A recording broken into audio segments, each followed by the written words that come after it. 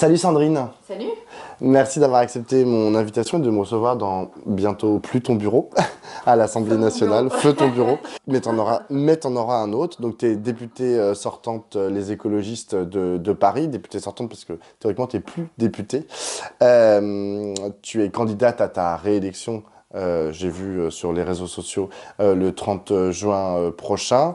On va parler de ce qui se passe à gauche à la suite de cette dissolution et même un peu à droite parce que c'est quand même important aussi les reconfigurations de ce côté-là de l'échiquier politique. Mais d'abord un mot parce qu'on vient d'apprendre à l'instant que Guillaume Meurice, l'humoriste, avait été officiellement licencié de France Inter. Qu'est-ce que ça t'évoque? Qu'est-ce que ça dit pour faute grave? Ça dit qu'on a un problème.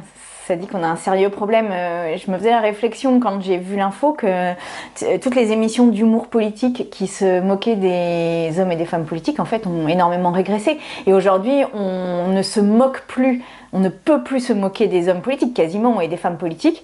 Par contre, on peut les harceler. Et en fait, ça dit quelque chose de notre société, je pense, profondément. Mais du coup, est-ce que tu incrimines, parce que tu l'as rappelé, il a été licencié pour faute lourde. Qu'est-ce que ça dit aussi de ce qui est en train de devenir France Inter et en l'occurrence, déjà, d'ailleurs... soutien Guillaume Meurice. Enfin, je veux dire, soutien Guillaume Meurice, voilà. Qu'est-ce que ça dit? Ça dit que France Inter est en train d'avoir peur de son propre humour. Ce qui est un problème. Ce qui est un problème. Une radio publique avec autant d'auditeurs et d'auditrices, elle se doit justement d'ouvrir des vannes, en fait. Elle peut pas être dans une forme de doxa.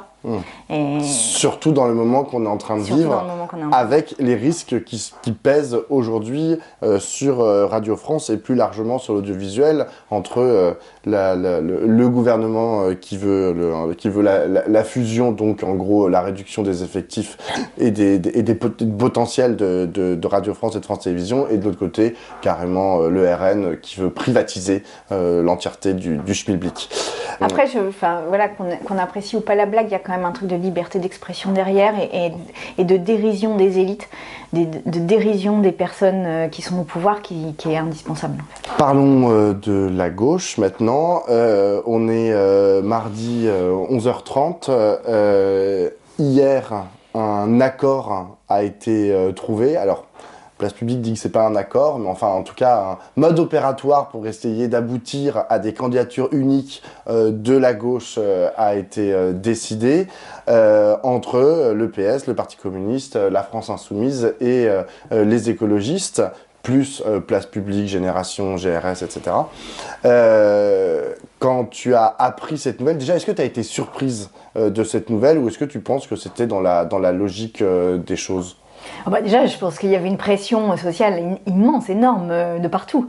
Je pense que, moi j'ai reçu énormément de messages, énormément de coups de téléphone, de gens dans la rue, etc.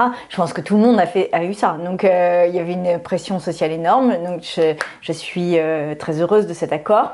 Il s'est fait en un temps record. L'accord n'est pas encore complètement terminé à l'heure où on se parle, mais en tous les cas, il y a cet espoir du Front populaire social écologiste. Voilà, là, en fait, on est dans un moment historique. L'extrême droite est aux portes du pouvoir.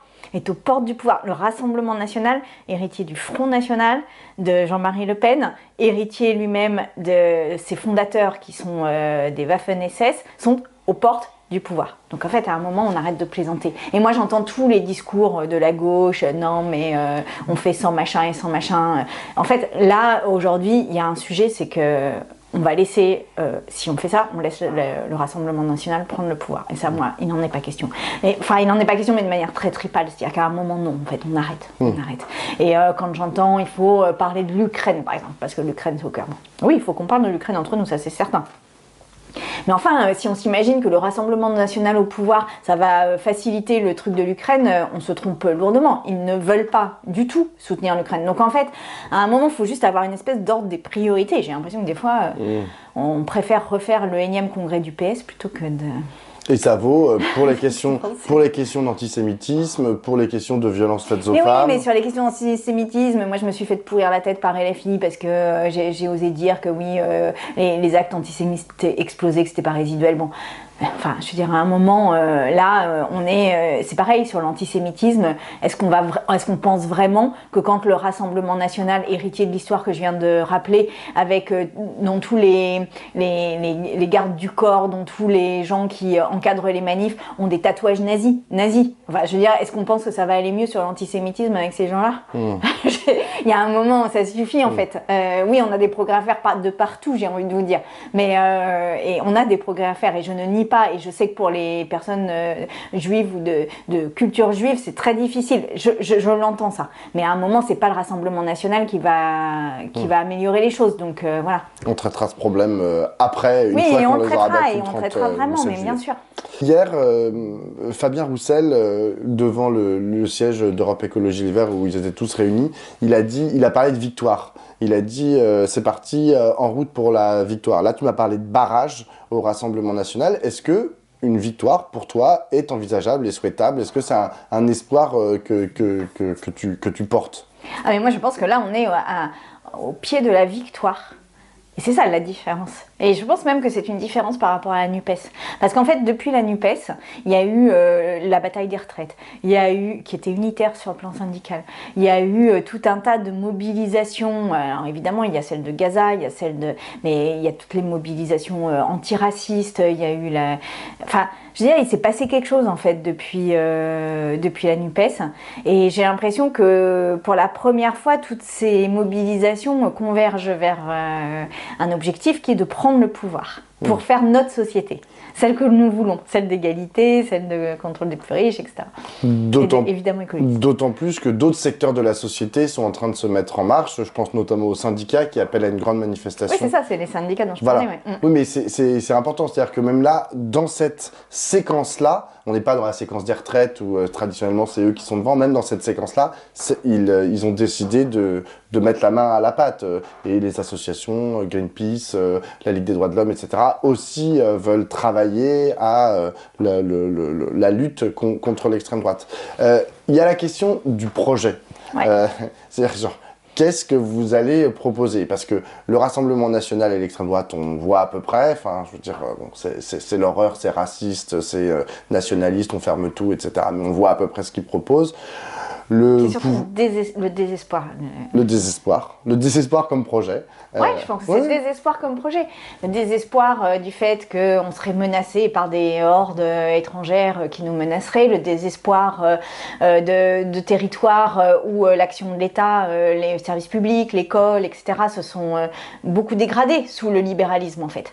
Et où les agriculteurs voient le réchauffement climatique et paniquent. Et en fait, il y a vraiment quelque chose de l'ordre de mais en fait vous êtes inclus dans le projet de la gauche quoi. Enfin, je voudrais le dire quand même, c'est que vous êtes inclus dans le projet de la gauche.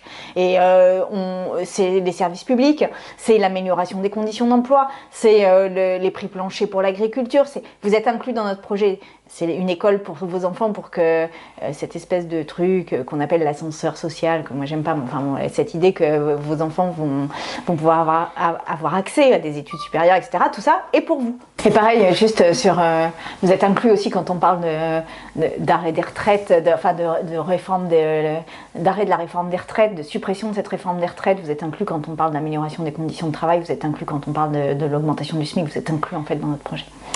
Mais ils étaient déjà inclus en 2022 et ça n'a fait, entre guillemets, que 150 députés. C'était pas mal hein, pour je sais pas si on l'a dit aussi fort qu'ils étaient inclus. Donc c'est vraiment, je vous le dis quoi. Vous êtes inclus et non seulement vous êtes inclus, mais vous êtes bienvenus quoi. Venez.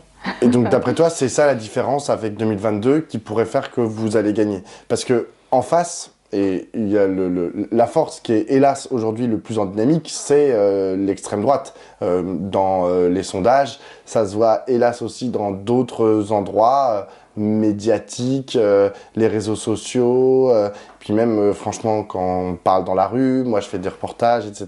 Et c'est vrai que c'est dur, hein, mais ils sont très présents et genre le nom de Jordan Bardella notamment revient avec beaucoup à chaque fois d'admiration, d'emphase, etc. Et la question c'est, est-ce que tu penses que ce que la gauche en fait propose depuis toujours, hein, enfin la liste que tu m'as faite là de propositions, ça fait longtemps en fait qu'on sait que la gauche porte ces propositions. Et j'ai l'impression que derrière, on a du mal en fait à le transformer en vote pour la gauche. Et alors qu'en Non, mais face, Bardella, pour moi, derrière le phénomène Bardella, il y a cette espèce de truc où on a envie de croire à quelque chose, quoi. De croire que ça va être possible, etc. Mais là aujourd'hui, c'est possible avec ce projet. Moi, je voudrais dire qu'il n'y a pas de concurrence des luttes, quoi. Enfin, il y a quelque chose aussi de cet ordre-là, quoi. C'est-à-dire, oui, vous travaillez dur, et on sait que vous travaillez dur, quoi. On le sait. Mais justement, parce que vous travaillez dur, il y a aussi des conquêtes sociales à avoir. C'est-à-dire avoir le droit de vous reposer, avoir le droit d'être en bonne santé, d'avoir accès à un hôpital qui vous soigne correctement et pas devoir payer une clinique privée qui vous coûte la peau des fesses. C'est parce que vous travaillez dur que on ne veut pas non plus qu'il y ait de discrimination. C'est-à-dire que toutes les personnes qui travaillent dur quelque part, il faut qu'elles soient reconnues dans le travail qu'elles font, etc. En fait, il y a pas, c'est pas les uns contre les autres. C'est au contraire une espèce d'un ensemble, quoi. tout à l'heure, je disais que le projet du Rassemblement national attirait, enfin que la dynamique attirait, elle a l'air d'attirer aussi les Républicains, puisque Éric Ciotti, a priori, c'est une information du Figaro, envisage un accord éventuel avec eux. Qu'est-ce que ça dit de la recomposition de notre échiquier politique Ça dit quelque chose de la montée du fascisme. C'est-à-dire que le fascisme ne gagne que quand la droite s'aligne, hein, et quand les intérêts économiques s'allient. Moi, je voudrais juste dire qu'en fait, là, il y a un projet qui est un projet avant tout de continuer un mode de développement extractiviste, c'est-à-dire qui nous met en danger. Un mode de développement qui est fondé sur l'argent, sur le profit, sur le fait de gagner, sur le fait d'exploiter. C'est ça, en fait, qu'il y a derrière. Parce qu'on vous fait croire l'histoire du grand remplacement et tout, mais à la fin, c'est pour mieux vous exploiter. Enfin, je pense qu'il faut le dire, quoi, comme ça. Et que nous, on vous protège face à ça. Donc, voilà, il y a un choix de société qui est très clair, et je pense que finalement, le choix d'Éric Ciotti, il clarifie encore plus les choses, parce que moi, j'ai entendu des trucs du style le Rassemblement national, c'est un programme de gauche, mais non, c'est un programme de droite. Sinon, Ciotti, il n'irait pas, en fait. Donc, voilà, c'est bien un programme de droite, et un programme vraiment, je le dis, c'est un programme des intérêts financiers. Enfin voilà, il faut le dire, c'est-à-dire que Mélanie, elle a jamais proposé de taxer les multinationales qui font de l'évasion fiscale, en fait, et qui font que les petites gens, ils sont obligés de payer plus d'impôts. Voilà, Mélanie, elle favorise les multinationales, et Le Pen demain, elle fera la même chose. Donc en fait, ça s'arrête, ça. Voilà. En parlant de projets de droite, il y a aussi ce que va proposer Emmanuel Macron. Alors pour l'instant, on ne sait pas trop. Il va faire une grande conférence de presse tout à l'heure où, soi-disant, il est censé expliquer les différents axes de la campagne. Comment tu te positionnes par rapport à ces candidats Renaissance, par exemple? Si jamais il y a des triangulaires, ou si jamais par exemple toi tu es un triangulaire et que tu te retrouves derrière le candidat Rassemblement National et Renaissance, je ne le souhaite pas et ça n'arrivera pas, mais si jamais, est-ce que par exemple tu considères que tu te retireras parce qu'il faut faire gagner le candidat Renaissance contre le RN? Alors ça, c'est un sujet qui est compliqué. Moi, je mettrais comme priorité numéro 1 que le RN ne gagne pas le pouvoir, donc ça nécessiterait sans doute d'avoir des désistements. Bon, moi, sur ma circonscription, le RN est à moins de 10%, donc je pense que je suis assez privilégiée de ce point de vue-là. Pour moi, la priorité numéro 1, c'est que le RN ne gagne pas. Après, là, moi, je pense que la Macronie, le système macroniste, a quand même... enfin, voilà, du brin sur les mains, quoi. Enfin, je vais le dire comme ça, mais là, ce qui s'est passé dans les 2 ans avec la loi immigration, avec le fait qu'ils proposent des candidatures par exemple contre les gens de gauche plutôt que contre le RN, ça dit profondément quelque chose. Donc moi j'ai tendance à dire on peut plus du tout leur faire confiance, d'aucune manière. Il n'y a plus aucune confiance vis-à-vis de ces gens-là. En tout cas, moi je n'en ai plus aucune. Mais voilà, est-ce que quand même dans une triangulaire, il n'y a pas cet effort à faire? Aujourd'hui, j'ai tendance à dire oui, on fera cet effort parce que comme d'habitude, on est responsable pour tout le monde en fait. Et est-ce que ça veut dire que dans le dessin de ton... est-ce que la notion d'arc républicain est une notion qui t'intéresse ou pas du tout? Et est-ce que dans cet arc républicain, du coup, tu fais rentrer la Macronie? L'arc républicain, je pense que ça ne veut plus rien dire à partir du moment où ils ont exclu la gauche de l'arc républicain. Oui, mais tu peux en donner toi une définition. Nous, à gauche, on a aussi le droit. Il n'y a pas que Emmanuel Macron qui a le droit de donner la définition de l'arc républicain, tu vois. Pour moi, l'arc républicain, c'est qui respecte les élections, d'une certaine manière. Et aujourd'hui, contrairement au visage qu'il présente, je pense que le Rassemblement national, comme à peu près partout dans le monde, n'arrive pas à quitter les élections, en fait. N'arrive pas, s'ils perdent, à accepter la défaite. Et surtout après avoir eu le pouvoir. Donc, en fait, il y a un énorme sujet. Donc voilà, je pense qu'il y a dans l'arc... Moi, je ne mets pas même s'ils font aujourd'hui 40%, je ne mets pas l'extrême droite dans l'arc républicain. Je ne le ferai jamais. Jamais. Après, c'est un vrai sujet parce qu'on dit qu'il ne faut pas humilier les électeurs et électrices, etc. D'accord, mais à un moment, vous prenez ce risque-là. Quand vous votez pour le Rassemblement national, vous prenez ce risque-là. Vous prenez ce risque que ça se passe à la Trump. C'est-à-dire qu'il y a une prise du Capitole après, qu'il y ait une prise ici de l'Assemblée ou je ne sais pas quoi. En fait, vous prenez ce risque-là, donc vous prenez une responsabilité, en fait. Et à un moment donné, on ne peut pas non plus s'exonérer des responsabilités au motif qu'on souffre économiquement, et j'en doute pas, en fait. Et sans doute qu'une grosse partie du ressort du vote Rassemblement national, c'est quelque chose de l'ordre d'une perte de fierté, d'une perte de repères économiques. Mais en fait, voilà, à un moment, on prend aussi ses responsabilités, quoi. J'ai une dernière question, Sandrine. Si jamais l'Assemblée, en gros, se retrouve à nouveau avec 3 blocs inégaux, mais sans majorité absolue, qu'est-ce que d'après toi, il convient de faire, sachant qu'il ne peut pas y avoir une autre dissolution avant 1 an.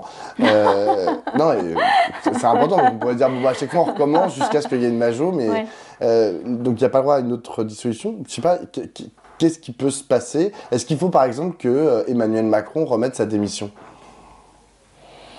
J'ai envie de dire step by step. Là, de toute façon, on est dans je pense qu'il faut aussi se le dire, on est dans une période d'instabilité. Donc, on va voir d'instabilité démocratique. Donc, on va voir ce qui va se passer. Et en fonction du résultat, on avisera. Mais oui, il faut acter l'instabilité, là. C'est sûr. Mais le Front populaire, Blum, ça a été gagné aussi dans un contexte de montée du fascisme, très fort. Donc voilà, je pense que c'est aussi, ça dit quelque chose aussi. Voilà, en Espagne, les alliances de gauche ont réussi à faire vraiment redescendre l'extrême droite. Grâce notamment à la fameuse et l'incroyable Yolanda Díaz. Eh ben, c'est tout ce que j'espère pour les 3 semaines à venir, et qu'à la fin, il y aura des lendemains qui chantent. Merci beaucoup, Sandrine. Des lendemains qui chantent, des lendemains qui fêtent ça, et des lendemains vraiment qui portent un espoir. Merci beaucoup. Allez, go! C'est parti.